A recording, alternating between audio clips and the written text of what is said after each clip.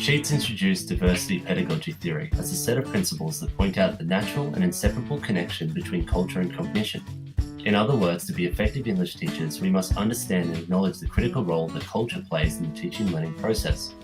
Diversity pedagogy theory maintains that culturally inclusive teachers must A. Observe children's cultural behaviour patterns to identify individual and group cultural competencies and skills, and B. Use this knowledge to guide their teaching decisions. In addition to this, quality inclusive pedagogy relates to teachers' dexterous knowledge that justifies the what, why, and how they teach. By providing multi-phased instructions that ensure Indigenous students have access to the curriculum, there is a positive effect on the academic achievement of all students. By evolving into culturally competent educators, we can craft responsive English lessons that accommodate to the learning needs of students from lower socio-cultural backgrounds. This process is described as professional knowledge of inclusive practice. Inclusive practices enable the full range of learners to participate in learning experiences on the same basis. A great way to scaffold the learning of Indigenous students can involve using storytelling and visual cues to support their learning. Also, when Indigenous students are not comfortable speaking up in front of the class, try and incorporate more hands-on learning and a greater variety of practical experiences in your lessons. Indigenous youth can also often avoid direct eye contact with adults, as it is considered rude in many Indigenous cultures. Aboriginal children are also less likely to answer questions in the English classroom because their culture has been traditionally passed on through telling of stories, rather than questions and answers. Hence why receptive modes of teaching can be beneficial for Indigenous students because they incorporate reading, listening, and viewing.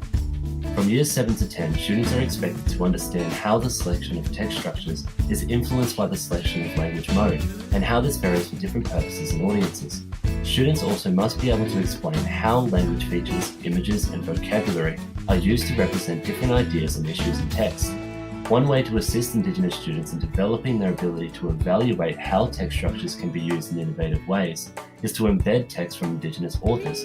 Indigenous students are more likely to identify how the choice of language features, images, and vocabulary contribute to the development of a text if it is from an Indigenous author. Just by incorporating Indigenous perspectives into content we use in the classroom, it is possible to establish a positive cultural environment and celebrate cultural identity. Another strategy for the English classroom is setting high expectations for low-achieving students. A study by Craven in 2010 found that Aboriginal students were associated with lower confidence in their ability to perform in the English classroom. Yarning circles are a great tool for building confidence and bringing authentic Indigenous ways of communicating into the classroom. There are many different ways of thinking about, talking about, and using yarning circles from across the country. So talk to Aboriginal and Torres Strait Islander people in your school and local area about these approaches and see what might be appropriate to build confidence in your students.